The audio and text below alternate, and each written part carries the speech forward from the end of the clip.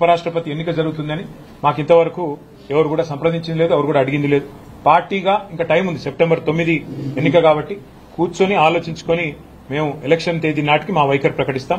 కానీ ఒకటి మాత్రం నేను గుర్తు చేస్తా ఉన్నా, మేము ఎన్డీఏ కూటమిలో లేము, ఇండియా కూటమిలో లేము. మాకు ఇద్దరు అభ్యర్థులకి ఎవరికి సపోర్ట్ చేయాలనే విషయంలో మాకు ఢిల్లీ నుంచి ఏ ఒత్తిడి లేదు, మాకు ఏ ఒత్తిడికి తల ఒగ్గాల్సిన అవసరం లేదు. మాకు ఢిల్లీలో ఏ బాస్ కూడా లేరు.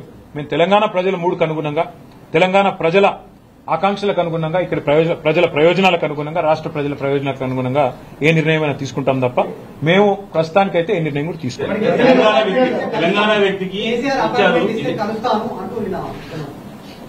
ఎవరు మళ్ళీ చెప్తా ఉన్నా, ఆయన రేవంత్ రెడ్డి గారు పెట్టిన అభ్యర్థి అయితే ఖచ్చితంగా మేము వ్యతిరేకిస్తాం. ఎందుకంటే కాంగ్రెస్ అనే ఒక చిల్లర పార్టీ, కాంగ్రెస్ అనే ఒక థర్డ్ క్లాస్ పార్టీ ఇవాళ రాష్ట్రంలో ప్రజలని ఎంత అరిగోసబుచ్చుకుంటున్నదో రాష్ట్ర ప్రజలందరికీ తెలుసు. మరి అట్లాంటి థర్డ్ క్లాస్ ముఖ్యమంత్రి, థర్డ్ క్లాస్ పార్టీ పెట్టిన అభ్యర్థిని మేము సమర్థిస్తారని మీరు ఎట్లా అనుకుంటారు? నాకు అర్థం కాదు.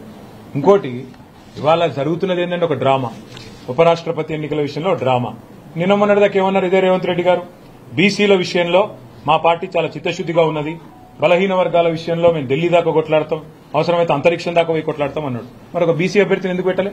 అంత ప్రేమ ఉంటే తెలంగాణ నుంచి ఒక బీసీ అభ్యర్థి దొరకలేదు, కంచైలయ్య గారిని పెట్టేది ఉండే. తెలంగాణ నుంచి ఒక బీసీ అభ్యర్థిని పెట్టి ఇగో ఇది మా చిత్తశుద్ధి అని చెప్పుకునేది ఉండే. అంటే బీసీల మీద ప్రేమ మాత్రం నోట్లోనే ఉంటుంది, మళ్ళీ ఎన్నికలు నిలబెట్టే టైంకి వచ్చే వరకు మాత్రం బీసీలు కనబడరు మీకు. అట్లాంటి మీ మాటలు మేము నమ్మాలి, మీ మాటలు నమ్మి మళ్ళీ మీ వెనక నిలబడాలి. నేను అడుగుతానమ్మా, మీరేమైనా మెహర్బాన్ చేస్తుంటారా? మాకు మేము సర్వస్వతంత్రమైన పార్టీ, మేము డెఫినెట్ గా ఎన్డీఏలో లేము, ఇండియాలో లేము. మేము మా మోడీ మా బాస్ కాదు, రాహుల్ గాంధీ మా బాస్ కాదు, తెలంగాణ ప్రజలు మా బాసులు. వాళ్ళ ఆలోచనకు అనుగుణంగా, వాళ్ళ అభిప్రాయానికి అనుగుణంగా మా నిర్ణయం ఉంటుంది. ఇక్కడ ఒకటి మాత్రం వాస్తవం, రెండు పార్టీలు దొందు దొండేనండి. కాంగ్రెస్ బీజేపీ రెండు కూడా దొందు దొందే. తెలంగాణను ఇద్దరు కూడా ముంచినోళ్లే.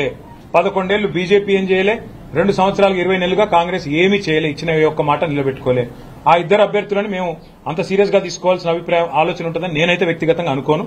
కానీ పార్టీగా, ఎందుకంటే నా ఒక్కడ అభిప్రాయం పార్టీ అభిప్రాయం కాదు, పార్టీగా మేము కూర్చుని ఆలోచించి డెఫినెట్ గా మా ఎమ్మెల్యేలు ఉన్నారు, మా ఎంపీలు ఉన్నారు, మా ఎమ్మెల్సీలు ఉన్నారు, మా ఇన్ఛార్జీలు ఉన్నారు, మా స్టేట్ కమిటీ ఉంది, అందరం అవసరమైతే పెద్దలు కేసీఆర్ గారితో మా అభిప్రాయాలు చెప్పి ఒక పార్టీగా నిర్ణయం తీసుకుంటాం. వ్యక్తిగతంగా నేను అనుకోవడం మాత్రం రెండు కూడా దొందు దొందే, కాంగ్రెస్ బీజేపీ రెండు దొందు దొందే. రెండు తెలంగాణకు పనికొచ్చే పార్టీలు కాదు, రెండు ఢిల్లీ పార్టీలే. వాటిని పట్టించుకోవాల్సిన అవసరం కానీ, వాటి రాజకీయం గురించి ఆలోచించాల్సిన అవసరం కానీ లేదు అనేది వ్యక్తిగతంగా నా అభిప్రాయం.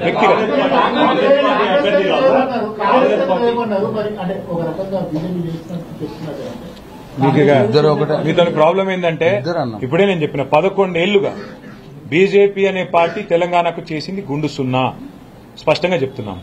ఇప్పుడు 20 నెలలుగా కాంగ్రెస్ పార్టీ తెలంగాణ ప్రజలకు కొట్టింది గుండు, ఇచ్చింది గుండు సున్నా. ఇది వాస్తవం. ఇవాళ యూరియా షార్టేజ్ ఉన్నది. ఎవరు బాధ్యులండి? కాంగ్రెస్ బీజేపీ కాదా? కేంద్రంలో ఉన్న బీజేపీ, రాష్ట్రంలో ఉన్న కాంగ్రెస్. మరి రెండు దౌర్భాగ్య పార్టీల వల్ల తెలంగాణలో 70 లక్షల మంది రైతులు వానల్లో తడుస్తూ ఎరువుల కోసం ఎండుతుంటే వీళ్ళకి మాత్రం ఎలక్షన్ రాజకీయాలు కావాలి. ఎలక్షన్ కావాలి, కలెక్షన్ కావాలి, ప్రైవేట్ మార్కెటింగ్ చేయాలి, బ్లాక్ మార్కెటింగ్ చేయాలి, ఇదే దందా. అందుకే అంటున్నారు రెండు దొందు దొందే. నా వ్యక్తిగతమైన అభిప్రాయం ఒక వ్యక్తిగా, రెండు పార్టీలు కూడా మనకు తెలంగాణకు చేసిందేమీ లేదు, పట్టించుకోవాల్సిన అవసరం లేదని నా వ్యక్తిగత అభిప్రాయం. పార్టీగా మేము ఎన్నిక డేట్ దగ్గరకు వచ్చినాడు నిర్ణయం తీసుకుంటాము, అప్పుడు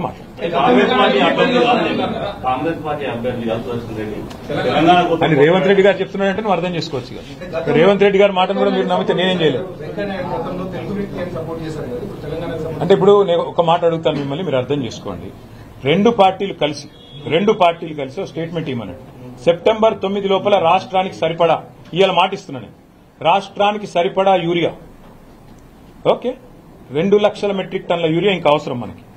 ఎవరు ఇస్తా అని స్టేట్మెంట్ ఇస్తే వాళ్ళకి మేము మద్దతు ఇస్తాం. చలో, రాష్ట్ర రైతుల తరఫున మేము, మాకు 4 ఓట్లున్నాయి పోయి, ఎవరు ఇస్తా అని చెప్తే 2 లక్షల టన్నుల ఎరువు ఎవరు ఇస్తాము అని స్పష్టంగా ప్రకటిస్తే, మోడీ గారన్నా ప్రకటించాలా, రాహుల్ గాంధీ గారన్నా ప్రకటించాలి, మేము ఇస్తాం. ఏడొచ్చింది, మీకు 6 గ్యారెంటీలు వచ్చినట్టే ఉన్నది. అది కానీ మీరు నమ్మితే మీ కర్మ, నేను చేయలేను. తులం బంగారం కూడా వచ్చేసింది, 2500 కూడా వచ్చేసినాయి, రైతులందరికీ 15,000 కూడా అడ్డాయి. నువ్వు మహేష్ గౌడ్ మాటలు అంటే 6 గ్యారెంటీలు కూడా అమలైపోయినాయి. మీరు నమ్మదలుచుకుంటే మీరు నమ్మండి, మేము ఈ చిల్లర మాటలు మేము నమ్మము. ఎవరు 2 లక్షల టన్నుల ఎరువులు మేము తీసుకొచ్చి సెప్టెంబర్ 9 లోపల పెడతాం అని స్పష్టంగా అష్యూరెన్స్ ఇస్తే ఆ అభ్యర్థికి ఓటేసే విషయంలో మేము ఆలోచిస్తాం, సానుకూలంగా పరిశీలిస్తాం. Thank you.